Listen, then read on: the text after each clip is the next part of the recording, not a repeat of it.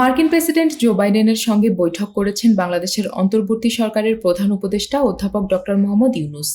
বৈঠকে বিগত সরকারের আমলে সব ধরনের নিপীড়নের বিরুদ্ধে শিক্ষার্থীদের সাহসী ভূমিকার বিষয়টিও উঠে এসেছে।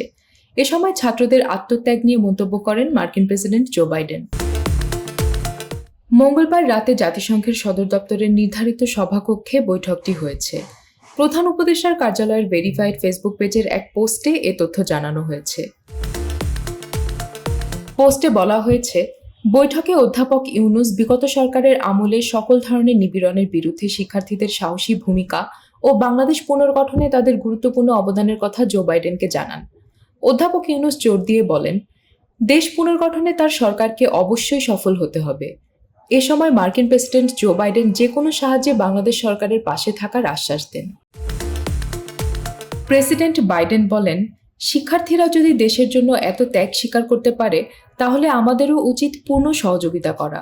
এতে আরও বলা হয়েছে, বাংলাদেশ সরকারকে পূর্ণ সমর্থন জানিয়েছেন যুক্তরাষ্ট্রের প্রেসিডেন্ট জো বাইডেন। এছাড়া বৈঠকে প্রধান উপদেষ্টা জুলাই বিপ্লব চলাকালীন ও এরপরে বাংলাদেশি শিক্ষার্থীদের আঁকা দেয়াল চিত্রের ছবি সংবলিত দ্য আর্ট অফ ট্রায়াম্ফ শীর্ষক আর্ট বুক মার্কিন প্রেসিডেন্ট জো বাইডেনকে উপহার দেন। এদিকে প্রধান উপদেষ্টা অধ্যাপক ডক্টর মোহাম্মদ ইউনূসকে জাতিসংঘ সাধারণ পরিষদের ৭৯তম অধিবেশনে যোগদান করায় শুভেচ্ছা জানিয়েছে জাতিসংঘ। প্রধান উপদেষ্টা এমন এক গুরুত্বপূর্ণ সময়ে এ সফর করছেন যখন বাংলাদেশ জাতিসংঘের সদস্যপদ লাভের ৫০ বছর পূর্তি উদযাপন করছে। সোশ্যাল মিডিয়া প্ল্যাটফর্ম এক্সে শেয়ার করা ঢাকায় জাতিসংঘের আবাসিক সমন্বয়ক গুইন লুইস এক বার্তায় বলেন, এবছর বাংলাদেশ জাতিসংঘের সদস্য হওয়ার ৫০ বছর পূর্তি উদযাপন করছে। প্রধান উপদেষ্টা ডক্টর ইউনূস সাধারণ অধিবেশনে যোগ দেওয়ায় আমরা শুভেচ্ছা জানাচ্ছি। জাতিসংঘের সাধারণ পরিষদের অধিবেশন শুরু হওয়ার পর ভাষণ দেন জাতিসংঘের মহাসচিব অ্যান্তোনিও গুতেরেস। তিনি বলেন, আমরা বিশ্বব্যাপী এমন এক চ্যালেঞ্জের মুখে রয়েছি যা আগে কখনো দেখিনি। বৈশ্বিকভাবে এই চ্যালেঞ্জ মোকাবেলা করতে হবে। যুদ্ধ বেড়েই চলছে এবং তা শেষ হওয়ার কোনো উপায় দেখছি না।